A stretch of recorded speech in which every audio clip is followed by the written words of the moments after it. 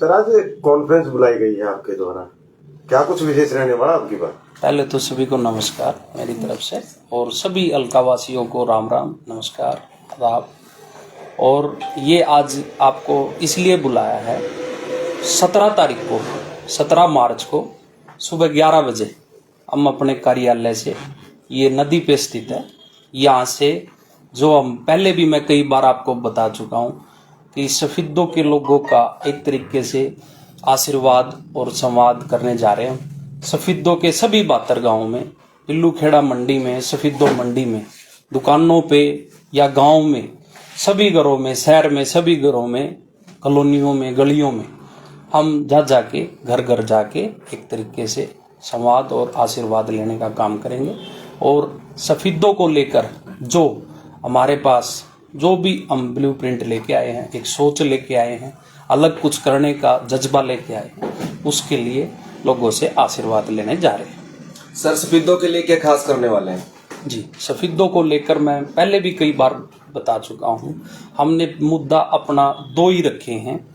पहले तो मुद्दे तो और बहुत हैं, बट मैं एक तरीके से सोचता हूँ कि 2 चीज़ों में पैसे बचा के दिए जाए आम लोगों को, तो कुछ न कुछ उनकी जेब में पैसे बचेंगे।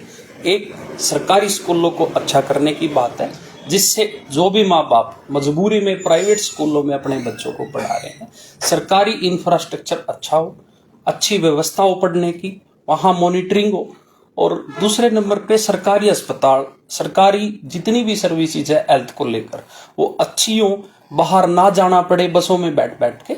इसके लिए 2 चीज़ों में हमने पूरा अपना खाका भी तैयार किया है। और भी बहुत सारे मुद्दे हैं, चाहे वो किसानों की बात हो, रोजगार की बात हो, चाहे वो महिलाओं की बात हो, युवाओं की बात हो, बहुत सारे मुद्दे रहने वाले हैं इसमें। और ये सारी बातें हम लोगों से करेंगे भी, उनसे भी सलाह मशवरा करेंगे कि भाई सफेदों का नुमाइंदा आपकी नज़र में कैसा होना चाहिए, आप जो सोचते हो कि आपका विधायक ऐसा हो, इस बात को लेकर हम चर्चा भी करेंगे और आशीर्वाद भी लेंगे। घोषणा पत्र आपका रहेगा या कांग्रेस का रहेगा जनसंवाद यात्रा के दौरान? देखो, सीधी सी बात ये है, एक तरीके से मैं कांग्रेस पार्टी का सच्चा सिपाही हूँ, छोटा सा कार्य करता हूँ। कांग्रेस पार्टी और बहन कुमारी सैलजा जी के नेतृत्व में जो हमने कांग्रेस पार्टी को ज्वाइन किया, और वो भी महिला सम्मान समारोह हमने रखा, उसमें आई और एक तरीके से आशीर्वाद देके गई हैं कि आप कांग्रेस के जो 5 न्याय पे राहुल गांधी जी पूरे देश में कांग्रेस की यात्रा निकाल रहे हैं, उन 5 न्याय पे काम करने की बात है। जहाँ पे बुढ़ापा पेंशन 6,000 रुपये करने की बात है, जो है गरीब परिवारों को 72,000 रुपये देने की बात है, और बहुत सारे नारी शक्ति को आगे करने की बात है, न्याय की बात है, सभी मुद्दे रहेंगे। और ये सारी बातें हम लोगों को रखेंगे। सिलेंडर 500 रुपये से कम का हो, और जो हमने अपने निजी एक तरीके से अपने ब्लूप्रिंट में जो चीज़ डाली है, स्वास्थ्य और शिक्षा पे एक तरीके से अमूलचूल परिवर्तन हो। सफेदों में यदि कोई आदमी आए, उसको ये लगे कि मैं सफेदों में आया हूँ, सफेदों की एंट्रेंस बहुत अच्छी हो, बहुत अच्छे तरीके से यहाँ पे एक तरीके से मैं सोचता हूँ कि रोजगार के जो पानीपत आपको रोजगार के लिए जाना पड़ता है, ये सभी मुद्दे रहने वाले हैं। और जहाँ तक कांग्रेस पार्टी की बात है, कांग्रेस पार्टी इस बार हरियाणा में पहले से एक बार 64 सीट वाली आई थी कांग्रेस, उससे भी मजबूती के तौर पे कांग्रेस आपको देखने को मिलेगी आगामी विधानसभा और लोकसभा के चुनाव। ये यात्रा कितने दिन की रहने वाली है? ये 17 तारीख से स्टार्ट होके, और जब तक सारे गांव सारे घर 48,000 फैमिलियों में मैं नहीं जा लेता, तब तक ये यात्रा कंटिन्यू चलती रहेगी। और इस यात्रा के समाप्त होने के बाद हम एक बहुत बड़ा एक तरीके से जलसा करने वाले हैं, और बड़ी जनसभा बहन जी को बुला के, और जो भी हमने इस यात्रा में अपनी बात रखी है, बहन जी से आशीर्वाद लेके फिर हम दोबारा फिर लोगों के बीच जाएंगे। शुरुआत कहाँ से की जाएगी, किस गांव से शुरुआत की जाएगी, और अंतिम जो गांव है जी वो कौन सा रहने वाला? जी, ये शुरुआत आदर्श कॉलोनी मंदिर से होगी। आदर्श कॉलोनी सफेदों से हम शुरुआत करके इसकी, और सभी गांवों में जाके, अब इसमें कितना समय लगता है, आज मैं आपको कह दूं कि इस तारीख को शुरुआत तो हम अपने हिसाब से कर सकते हैं। जो समाप्त की बात है, मैं ये समझता हूं कि यात्रा कभी समाप्त होनी ही नहीं चाहिए। मेरी नजर में लोगों के बीच रहना चाहिए सफेदों को, नुमाइंदे को, और सफेदों का नुमाइंदा जो भी हो। इस बार हम खासतौर पे अपील भी कर रहे हैं युवा साथियों को कि इस बार आपने अपने बच्चों के भविष्य के लिए इस बार चुनाव करना है।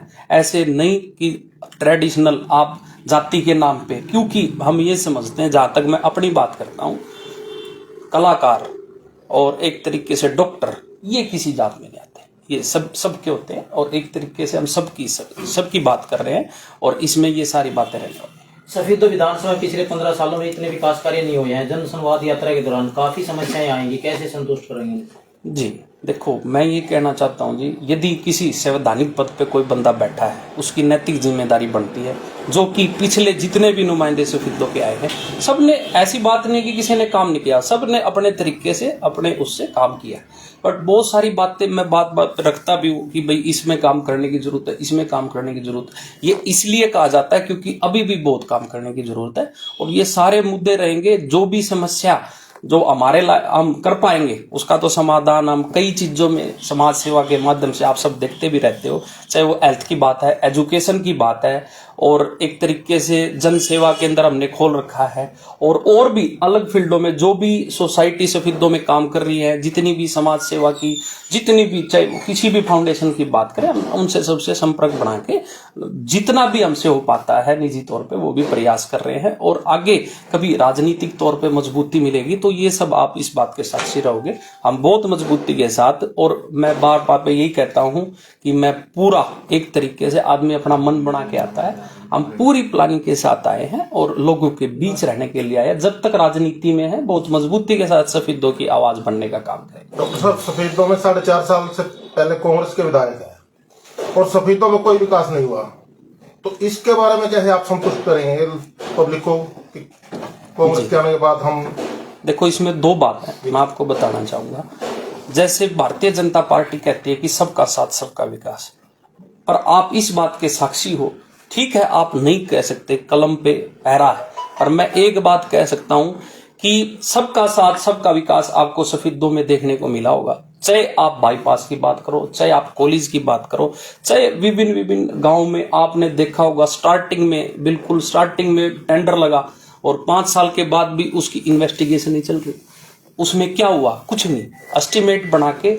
ये बहुत सारी बातें, और कर्मचारियों की भी आवाज बनना पड़ेगा। कहीं ना कहीं मैं ये समझता हूं, जो भी सफेदों में नुमाइंदा चुनो, आप ये जरूर देखा करो कि वो एक तरीके से पढ़ा लिखा है नहीं है, वो उसमें काम की काबिलियत है नहीं है, वो सफेदों के लिए कितना समर्पित है, उसका क्या ब्लूप्रिंट है, ये सारी बातें मायने रखने की होती है। और आप हर बार आपने कुछ भी देख के आपने चुनाव किया हो पिछले, खास तौर पे अपील भी करता हूं मैं, इस बार आपने अपने बच्चों के भविष्य की जो चिंता आपकी करे उसको आपने चुनना है, चाहे उसमें मैं हो चाहे और कोई। देवेंद्र जी, आपने एक स्लोगन जारी कर रखा है कि कुमारी सैलजा सीएम पद की जो दावेदार नहीं हकदार है, क्या कहेंगे इसके बारे में? देखो जी, वैसे तो ये फैसले हाईकमान तय करती है, चाहे वो किसी भी पार्टी की बात हो, हाईकमान से जो फैसला होता है वो जो है विधायक को नेता चुना जाता है।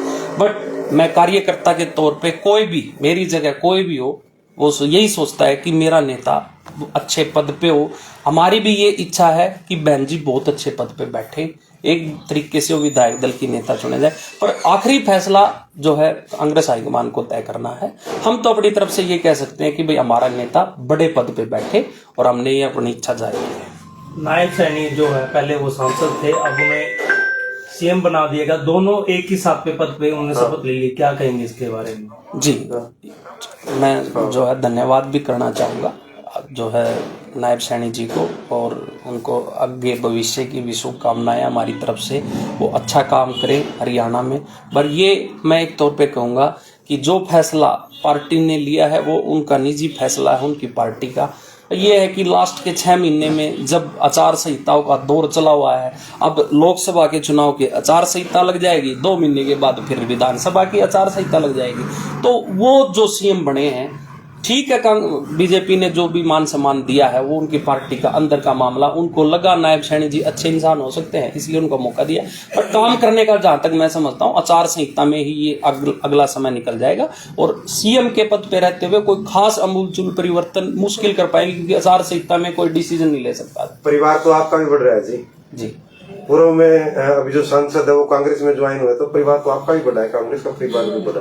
परिवार किसी का भी बढ़े, अच्छी बात होती है, मजबूती मिलती है। ऐसी बात नहीं है, कोई आदमी छोड़ के जाता है नुकसान भी होता है और कोई आता है मजबूती भी मिलती है। और सीधी सी बात है, सांसद जी शामिल हुए हैं, उन्होंने एक तरीके से इतने लंबे समय तक पिताजी ने उनके कांग्रेस में संघर्ष किया, देखो वो चीज नहीं निकल सकती। उन्होंने बोला भी, मैं असहज फील कर रहा था, इसलिए वो पार्टी में आए हैं, उनका भी धन्यवाद है। और जैसे पार्टी उनकी कोई जिम्मेदारी लगाएगी हम साथ घर वापसी भी हुई है जी? हाँ, घर वापसी हुई है और बहुत अच्छे तरीके से हुई है। खड़गे साहब ने उनको ज्वाइन कराया और पूरी कांग्रेस पार्टी, मैं तो अपने छोटा कार्यकर्ता होने के तौर पे, यदि वो हमारे लायक कोई सेवा चाहेंगे, हम पूरी मेहनत से काम करेंगे सफेदों के अंदर। अगर मौजूदा सरकार की बात की जाए तो कभी भी यहाँ पर भाजपा नहीं जीत पाई है। यहाँ से अक्सर आजाद उम्मीदवार जीत जाते हैं या फिर कांग्रेस पार्टी के उम्मीदवार बहुत बार यहाँ से जीतते हैं, लेकिन फिर भी कांग्रेस यहाँ पर कुछ कर नहीं पाई। इसे आप कैसे देखते हैं, किस तरह संतुष्ट करेंगे लोगों को? मैं आपको एक बात बताना चाहता हूं, आप विधायक के तौर पे तो पूछ रहे हो, उसमें भी मैं कहीं ना कहीं सरकार की, या तो सरकार ये बात कहना छोड़ दे कि सबका साथ सबका विकास, यदि जब वो बात कर रही है तो फिर वो सौतेला व्यवहार क्यों कर रही है? यदि वो कांग्रेस का विधायक है तो आप उनको एक जो विधायक के फंड पे, तो उसके अलावा आपने क्या दिया आज तक? हमारे जो कांग्रेस के विधायक है वो बार बार आवाज उठाते रहते हैं, सड़क की बात करें, और वो अपने तरीके से करते भी है, बट देखो इसमें आदमी का काम करने का तरीका भी अलग अलग होता है। और जहां तक बीजेपी की बात है, बीजेपी के इतने बड़े बड़े नेता, यहाँ अध्यक्ष की बात करें सब सफेदों से हैं, और एक तरीके से यहाँ मंडल अध्यक्ष से लेके और पता नहीं कितने पदों में भारतीय जनता पार्टी ने अपने कार्यकर्ताओं को एक तरीके से इतने पद दे रखे हैं। उनकी भी एक नैतिक जिम्मेदारी बनती थी कि यदि कांग्रेस का विधायक है तो वो तो एक पार्टी के अच्छे संवैधानिक पद पे हैं, वो काम करा दे। बट आपने ये चीज देखी होगी, एक खाली ये बात गिनवाने के लिए कि कांग्रेस का विधायक था इसलिए यह काम नहीं हुआ, फिर सबका साथ सबका विकास कहाँ है? यहाँ सफेदों से जिला अध्यक्ष और बहुत सारे पद बड़े बड़े एक तरीके से सभी प्रकोष्ठों के, उनको भी काम करना चाहिए था, सफेदों की आवाज बनना चाहिए था। चाहे वो, मैं ये कह रहा हूं, चाहे नाम विधायक जी का हो जाता, बट काम तो सफेदों के लोगों का हो सकता था। बीजेपी के सभी नेताओं को ये चीज करनी चाहिए। सबका साथ सबका विकास तभी होएगा जब चाहे कांग्रेस का विधायक बने चाहे बीजेपी का विधायक बने। और जहां तक आपने पूछा, पहले जितने भी विधायक बने हैं वो बीजेपी के ना बन के, बीजेपी पार्टी के कभी पूरे हरियाणा में 2 विधायक होते थे। ठीक है, सरकार बदलती रहती है। और जहां तक सफेदों के संदर्भ में आपको एक मैं बात कहना चाहूंगा, इस बार भी बीजेपी जो है एक तरीके से यहाँ खाता नहीं खोल पाएगी। गठबंधन टूटने पर क्या कहेंगे? पहले टूट जाना चाहिए था या अब सेटिंग है? देखो, ये जो गठबंधन की बात है वो पहले भी जैसे हम सुनते रहते थे, जो खट्टर साहब ने और दुष्यंत जी ने जो समझौता किया था, भाई उन्होंने एक स्टेबल सरकार देने का, जो वो उनके मुंह से सुनते थे, भाई स्टेबल सरकार रहे, निर्दलीयों को लेकर उनको मन में असहजता रहे कि कहीं वो चले ना जाएं, तो एक स्टेबल सरकार दी। अब उनको लगता है कि हम अलग काम करेंगे, तो वो उनके पार्टी का मामला, उसमें मैं कुछ नहीं कह सकता। धन्यवाद। बहुत बहुत धन्यवाद।